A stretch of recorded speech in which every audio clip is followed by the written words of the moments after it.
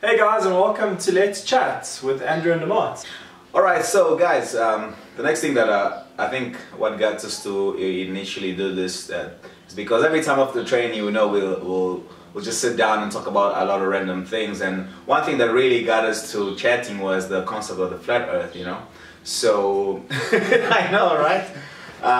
2019, and there's quite a huge, there's even conventions for the flat earthers, and something very interesting. Obviously, as you grow up, you're led to believe that the earth is a sphere, and now when you eventually get to find out there are people that think that the earth is flat, makes you wonder, like, what leads somebody, and it's not just random uneducated people that think that, it's what leads someone to be thinking like that, You've obviously done your research. What makes you think that, why do people still believe that the earth is flat? I mean, isn't it concrete proof that the earth is an actual sphere? 100%. So, like you said, when you're a kid, you get taught that the 1 + 1 is 2, and you get taught that the earth is round, essentially. Yeah. And the first time I heard this thought of the earth being flat, I laughed, and I still said, oh, the guys are mad. And I heard about a guy that wanted to build his own rocket to fly up into the sky to prove that it's flat. And I mean, it's ridiculous. You end up thinking people are crazy. But when you actually go and research into the facts behind why they believe that the earth is flat, I'm not saying that I personally believe that the earth is flat, but it's very, very interesting how they break certain things down. Yeah. The first thing that they always go to is, number one, the moon landings being fake. Okay, yeah. Okay? Which is a different topic on its own, but if you really go into the whole moon landing situation and you research that, I kind of think that the moon landings are potentially fake. Yeah, was it like just a way for America to try and be like number one? 100%. But there's so many weird things, like why haven't they gone back to the moon in 54, 53 odd years now? Yeah. They haven't gone back. Then there's certain moon samples and videotapes that have mysteriously disappeared and been lost. The technology, they say that they lost technology. 100%. They end up interviewing some guy at NASA, and he says no, they've lost the technology of how to get through the Van Allen belts and all this. So it's it's a bit of a grey area there. But when you start listening to the sort of flat earth stuff, it's very interesting, like the pictures of the earth. Yeah, the pictures. The pictures of the earth, saying that there are no pictures of the earth and it's all CGI. Wasn't there a picture, obviously, if the moon landing was fake, but there was an actual picture of the earth from the moon, eh? 100%. And when we researched that, there was a guy on Photoshop who, by changing the scale the of gradient, the gradient of the picture, you could see that it was like pasted on. Copy and pasted square cutout of the earth, which is very, very suspect. Very suspect. But I think what makes the globe concept real is gravity, right? So obviously, if there were no gravity as such, then if you are round, then these people are gonna fall off, and obviously gravity is what keeps us down. But then they question also the fact that gravity in itself is not something that is 100% understood, Sure. So now these are the flat earth community, obviously they say no, you don't need gravity as such. It's all about density and buoyancy. When you end up going into the other sort of points that they make, they also talk about flight patterns on the earth, which is quite interesting, because they end up taking a flat map and then they lay out different flight paths. Yeah. And a lot of these flight paths actually make more sense on the flat earth model that they have as opposed to the globe. Yeah, I see. Which also makes you question one or two things. One thing, obviously, I have very little knowledge of science, and I think it's like most of us, we research and we look at stuff on the internet. Sure. The thing that I always think about is, let's say if we are on Earth, right, and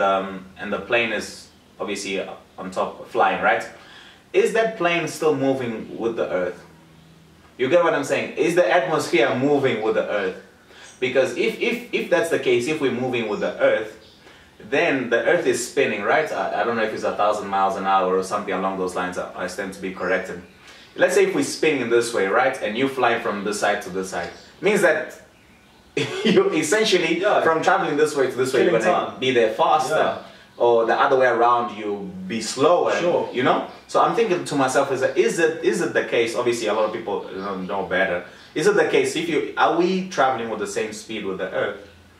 If you But I mean, like, you get what I'm trying to say? Yeah, I mean, it's sort of like if you had to hover. Yeah, let's say if you take a drone, right? Yeah. And we leave the drone there suspended.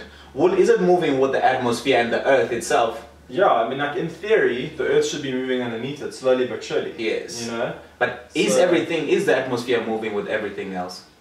Jeez, like I don't know. I'm just thinking, I think the most important thing is that we just, based on anybody's point of view, I mean, we're just curious people. We obviously haven't studied this thing, but there's a lot of people that can give us a better explanation for this. But I suppose the other danger of this whole thing is we are only watching YouTube videos. Yes. And because we lack the knowledge behind it, a lot of these points that they make, we find fascinating because they make it appeal to our kind of audience. Yeah, because we obviously don't know what the real thing is, you know? Yeah. So I think, but also I think the interesting thing is even scholar people and academics, you know? Yeah. Some of them actually believe that the Earth is flat. So now we, in a point of view of just random guys who do random things, not specifically academic, then we come to think, okay, if these people also think that, what is the catch? How come we can't have the 100% proof that the Earth is?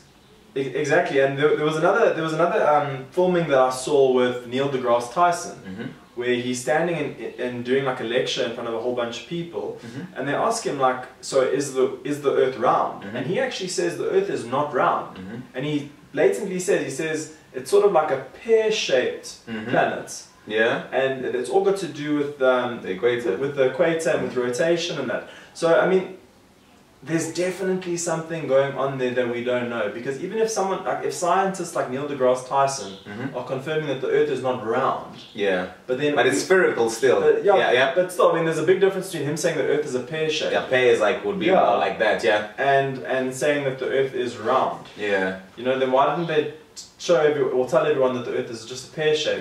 It's very weird. The general consensus is this: when the general public obviously looks at flat Earth, they always ask, what about the edge? If the Earth is flat, where is the edge? Yeah. You know? So obviously, I mean, maybe you can just, based on our research, what we found and how the flat earthers actually explain that, you know? So they essentially believe that there's an ice wall surrounding the flat Earth. So a massive wall of ice that surrounds the edge of the flat plane. That's essentially what they believe. And that's Antarctica. And that's, do you know, maybe you can elaborate on the Antarctic agreements? Yes, I think there was this agreement, I think one of the very few agreements that a lot of the countries in the world have signed, you know, as human beings we always disagree in everything. And this is one of the things that as humans, we've all agreed. I don't know how many countries have signed this agreement. Over 50, I think. Yeah, more, I think more than that, yeah. So where no country is allowed to go and explore there in Antarctica, you know, it's this kind of weird thing that for you to get a permission you need to pass like so much red tape. So I think that's why it also makes people very curious, is that how come there's this place where you can potentially have a lot of minerals that could help, you know, humanity and all the kind of stuff and the research that can be done there, but it's very limited to anybody just exploring it. And there was another guy, scientist that before went and saw that there's vast land there, even bigger than the US, that just goes all way out, you know. But if you look at the map, Antarctica is like so small, but apparently they say it's massive. The whole flat Earth. Exactly. So in its sense, the flat earthers believe that there's only one north, right, in the middle, then everything else is south. You know what I mean? So there's one Earth and everything spreads out. And if you want to look at the map, it's basically the UN map, ironically.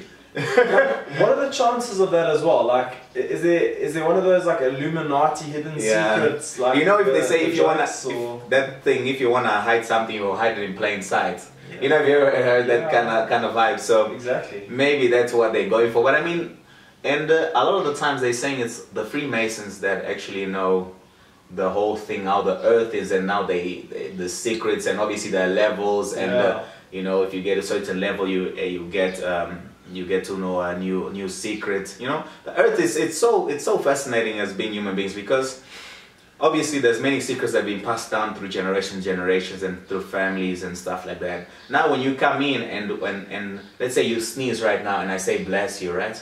Why do you think they say bless you?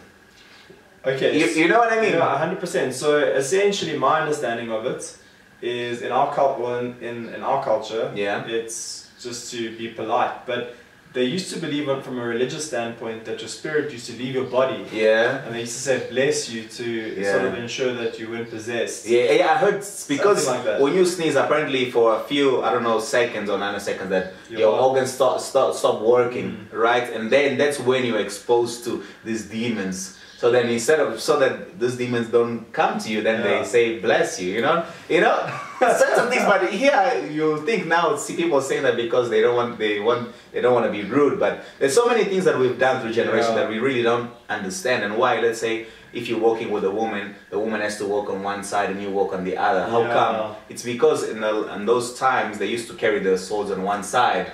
Right. So then if your partner is essentially on one side, you cannot draw your sword.